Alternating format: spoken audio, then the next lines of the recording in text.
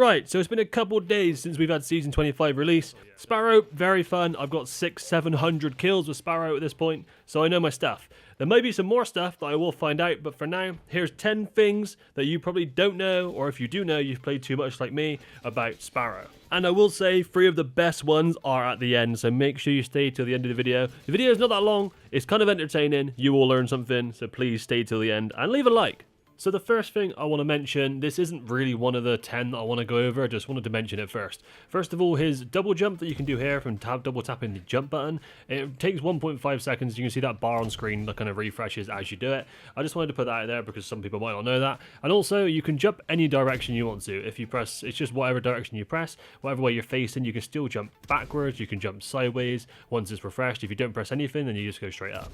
I just wanted to mention that because I see a lot of people that actually turn to do stuff, but if your enemy's there, you don't really want to turn away. You just want to do that, and it just makes a lot of difference in a fight when you can just you can change direction literally instantly. So like you can hit the first jump forward, second one back, and yeah, there's a lot of movement potential with this legend. I'm on controller as well. If you're on keyboard and mouse, there's even more potential. But even if you're on keyboard and mouse, you can still learn something from this video. So let's get into the 10 now. So the first one, this is very basic, but I thought I'd mention it anyway. The little timer that you get when you jump, as you can see, it recharges and it's blue there, just in the middle of the screen. This does not charge if your feet aren't on the ground. So basically, if you hit it onto this zip, and I just like go up and down, it does not charge at all. And I can show you this, and as soon as I land, it will start recharging because my feet are on the ground. So if I use it to get onto this big zip here, as you can see, I'm on there for a while because this is a long-ass zip. As long as you're on there, you will not get a recharge. So it doesn't allow you to use it twice on zip lines. I guess this is due to kind of limiting some movement. But yeah, as soon as you get your feet back on the ground, you're able to recharge it. And you can just jump back on then. But while your feet aren't on the ground, it does not allow you to charge. So number 2, once again, pretty basic, but we're going to go over it all. So when you climb, you can actually double jump with Sparrow. So if you look here, you get that little A button from me. And I'll zoom in there just so you can see it. If you actually press A, you do a jump like that. But that doesn't actually get rid of the blue bar that you have ready to actually use. So you kind of get a double jump if you go on a wall and use that. So you go like this and you press A, then you get another jump afterwards, which uses your blue one. So you kind of get a double one. I don't think a lot of people know that that doesn't actually use your boost. So you have another one kind of saved up, and you can actually use this. So the first one you can use to jump up, and then you can go like sideways and then kind of get on from there or go round something. There's a lot of things you can pair with it, but that does not use your actual boost. So you can kind of have a double tap when you climb a wall and pair it with a wall. I know a lot of people might already know that, but it took me kind of a few games to even realize that. So for someone that's not played Sparrow and wants to know about him, you wouldn't know that. Okay, so number 3 is going to be to do with Sparrow's ult. Now, on the other account, I'm going to shoot the ult on the floor. Now, in games, this thing can be destroyed, but for some reason, in the firing range, it can't be.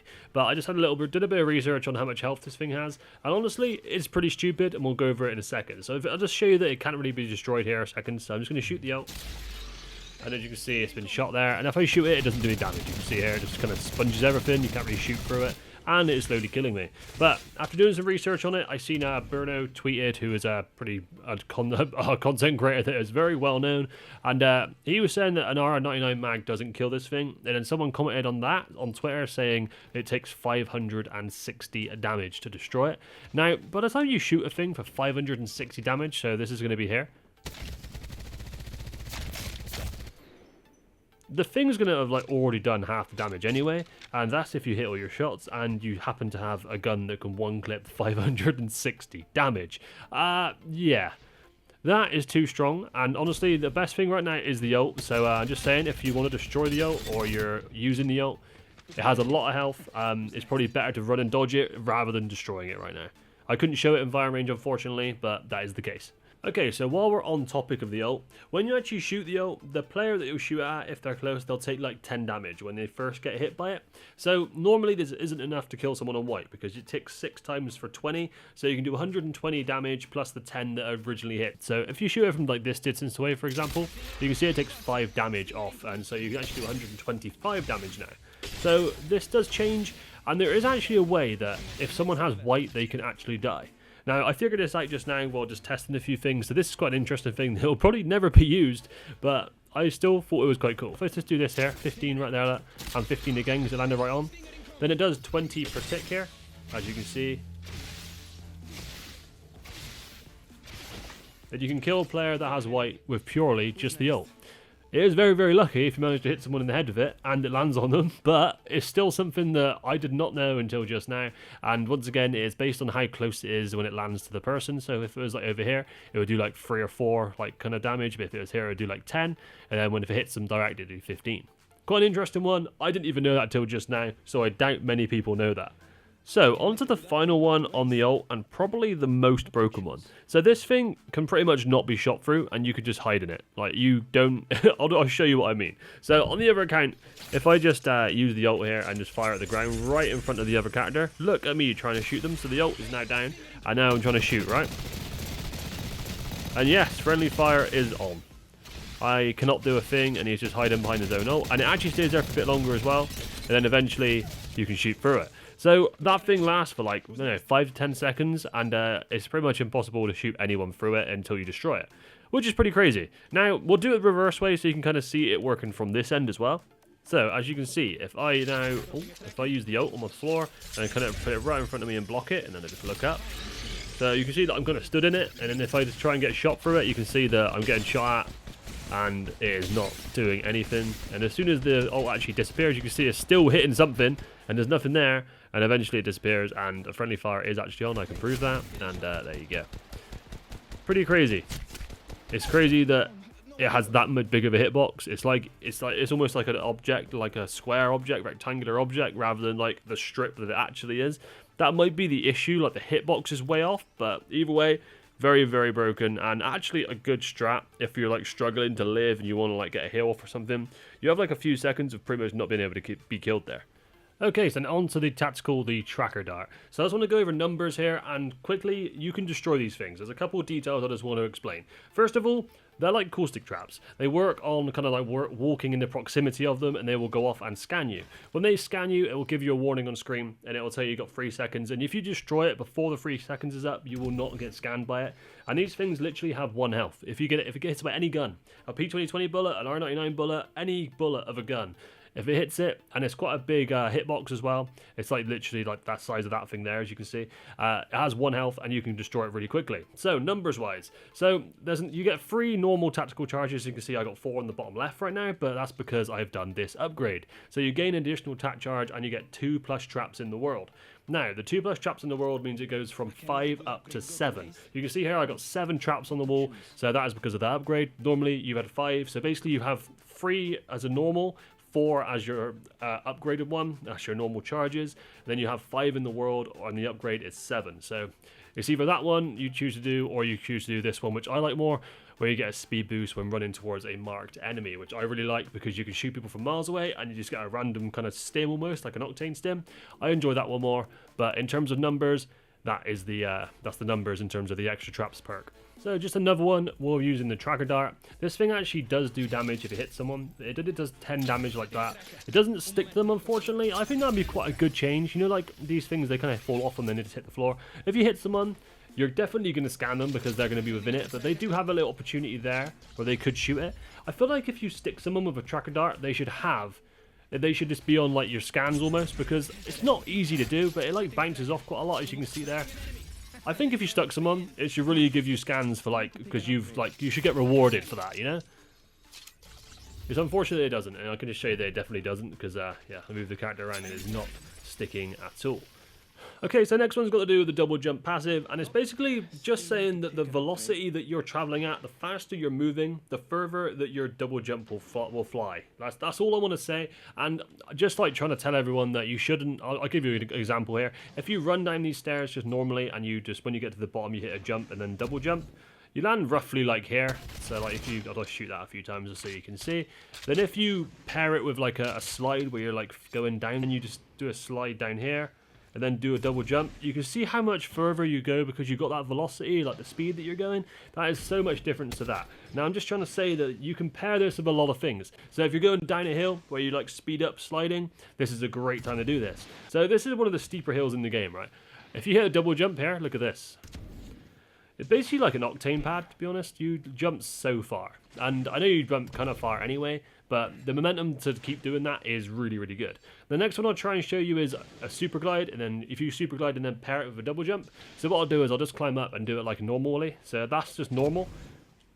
And I landed somewhere like on this line. We'll just shoot that to make sure I remember. I don't know if bullets despawn on this game, do they?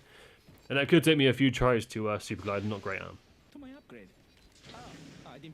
There we go. I hit a super glide there, and you can see if you double jump, you can go literally twice the distance. The super glides are obviously a kind of I could say an advanced. I don't know. Its movement is a little bit advanced.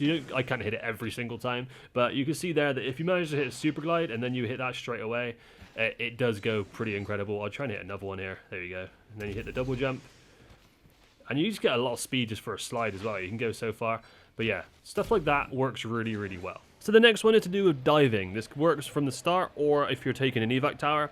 On your way down, as soon as you get close to the ground, if you spam the jump button, your double jump will work. As you can see, you get like a little boost off that.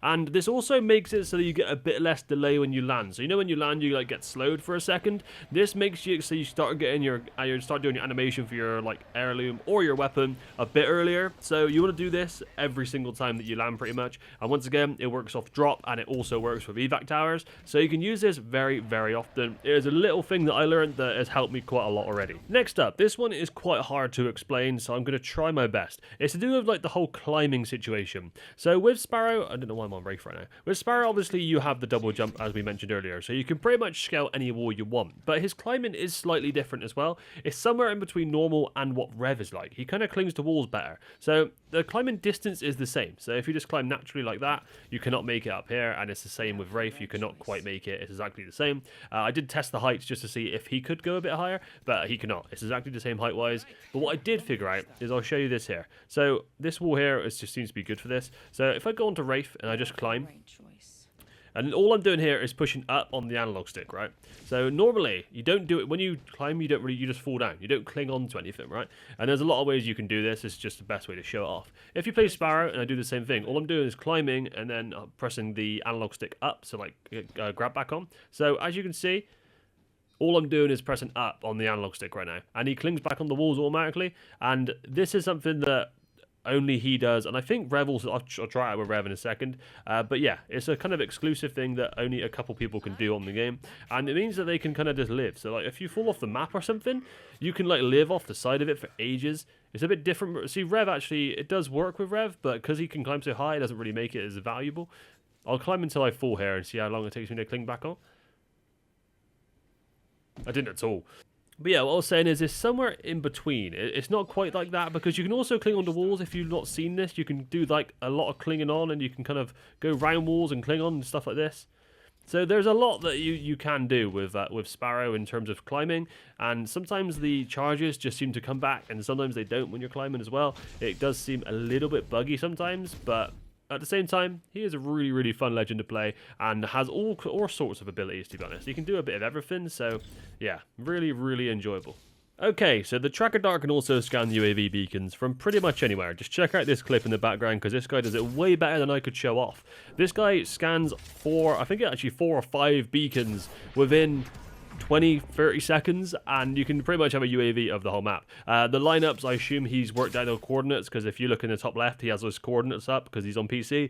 On Xbox, I cannot do that. I cannot put myself in a private match to even find these things out. As you can see, the coordinates in the top left there are, yeah, I think this definitely helps. And I've seen a lot of clips just like this one, and honestly, this is probably the most broken thing about Sparrow right now. I've seen his Watson, who is obviously a ex-professional player, content creator. He kind of rated Sparrow kind of mid, and then once he worked this out, he was like, no, he's top tier, because this is absolutely wild. In terms of like ALGS as well, like pro play, this could be like the new meta that goes crazy. So basically you can double tap UAV beacons to get 150 points towards your Evo instead of just getting the standard 75. And in this little gameplay bit here, this is me working out how you do it. Basically, you shoot your arrow or your tracker dart straight up, and then it travels kind of 9-10 meters in front of you, and then I just turn around and done this to the beacon, and in a second you'll see that you actually get double the points. So right now I'm on 450 Evo.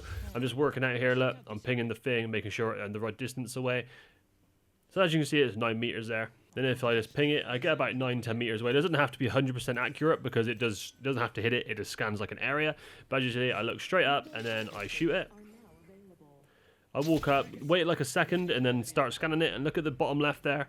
450 straight down to 300. So I get a double tap there, and then I proceeded to go over to survey beacon and do it again as well. So I literally just done exactly the same thing, pinged around 10 meters away, look straight up, let it fall down, and then scan it a couple seconds after you shoot, and you'll get double points. So you can get up quite easily, you can get 300 points from doing this. As you can see, I dropped to 150. So we've gone from 450 to 150 without you shooting a bullet at all. Now there might have been more than 10 there, and I'm sure a couple of these you would have learned something from them surely. If you knew all of them, then congratulations, you probably have more kills than I do on Sparrow.